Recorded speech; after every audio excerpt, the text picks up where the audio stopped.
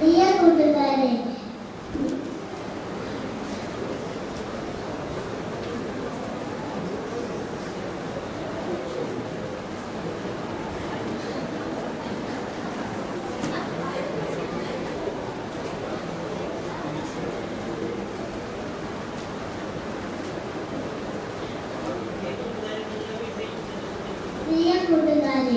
നിങ്ങളുടെ വീട്ടിൽ ചെറിയ കുട്ടികളുണ്ടോ?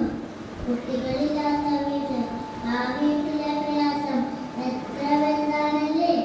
ഇതുപോലെ കുഞ്ഞുങ്ങളില്ലാതെ സങ്കടപ്പെട്ടൊരു മാതാവിന് ദൈവം ഒരു കുഞ്ഞിനെ നൽകിയ കഥയാണ് ഞാനിവിടെ പറയാൻ പോകുന്നത്.